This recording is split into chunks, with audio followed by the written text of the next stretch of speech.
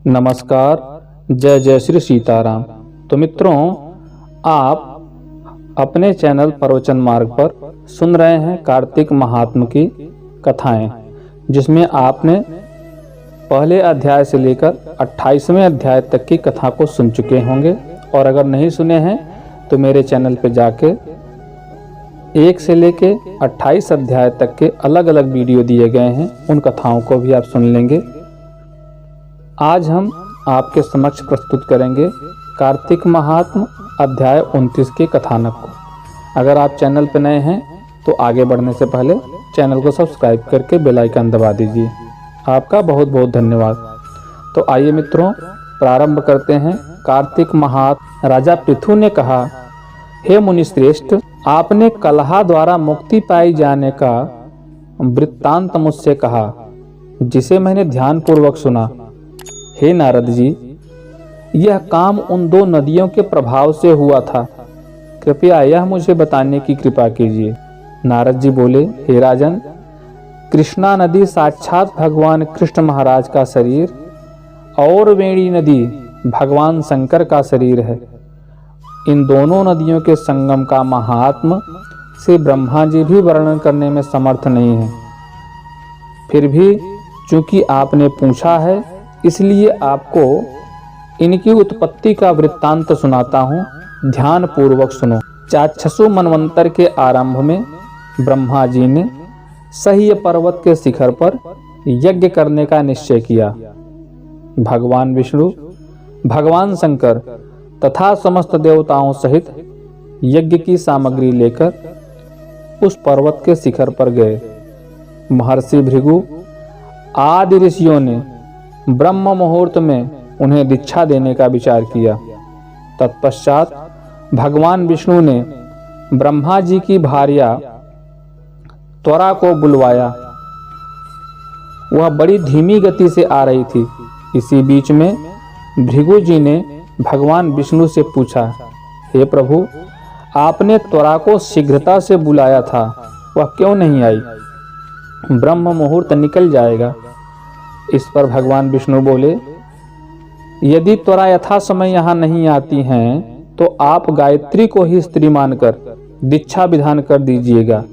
क्या गायत्री पुण्य कर्म में ब्रह्मा जी की स्त्री नहीं हो सकती?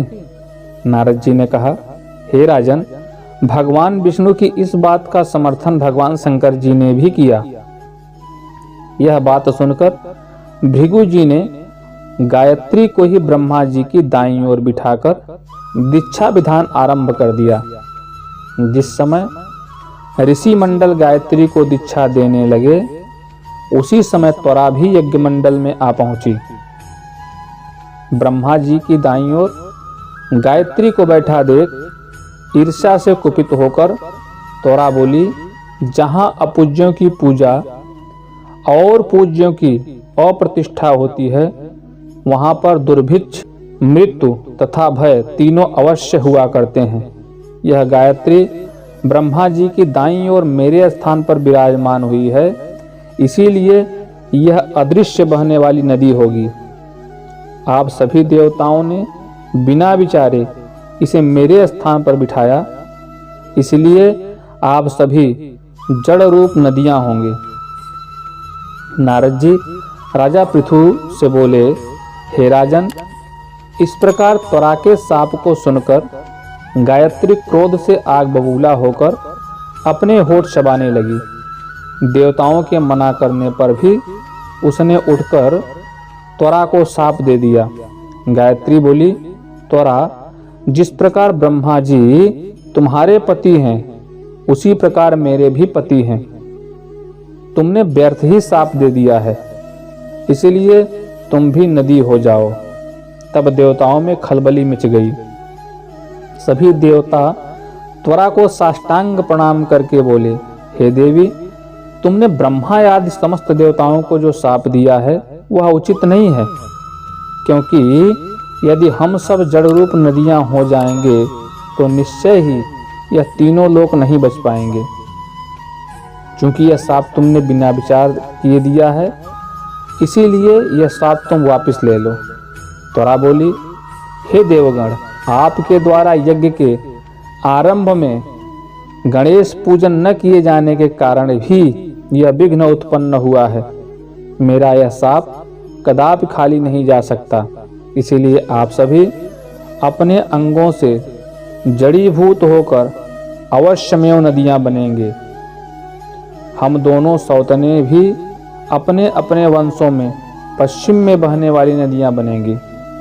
नारद जी राजा पृथु से बोले, हे राजन, त्वरा के यह वचन सुनकर भगवान विष्णु, भगवान शंकर आदि सभी देवता अपने अपने अंशों से नदियां बन गए। भगवान विष्णु के अंश से कृष्णा, भगवान शंकर के अंश से वेणी तथा ब्रह्मा जी के अंश से कुकुदमवती नामक नदियां उत्पन्न हो गईं। समस्त देवताओं ने अपने अंशों को जड़ बनाकर वहीं सह्य पर्वत पर फेंक दिया।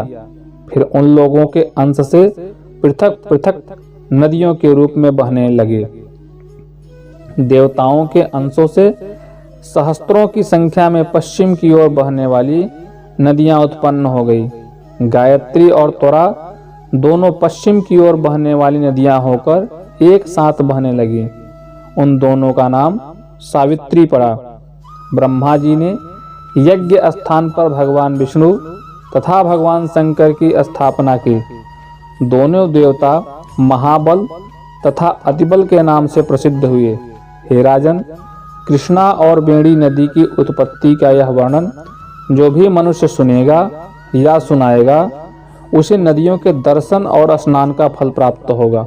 तो मित्रों, इस प्रकार से कार्तिक महात्म अध्याय 29 की कथा में आपने कृष्णा नदी और वेणी नदी के उद्गम के संबंध में कथानक को सुना। आशा है यह आपको ज्ञानवर्धक और कर्णप्रिय लगा होगा। आपकी क्या राय है कमेंट में जरूर बताइएगा। और अगर चैनल पर नए हैं तो सब्सक्राइब कर लीजिए, बेल आइकन दबा दीजिए। कथा अच्छी लगी हो तो अपने सगे संबंधियों से साझा जरूर कीजिए और लाइक कीजिए। पूरे वीडियो में अंत तक बने रहने के लिए आप सभी का हृदय से धन्यवाद। नमस्कार। जय जय श्री सीताराम।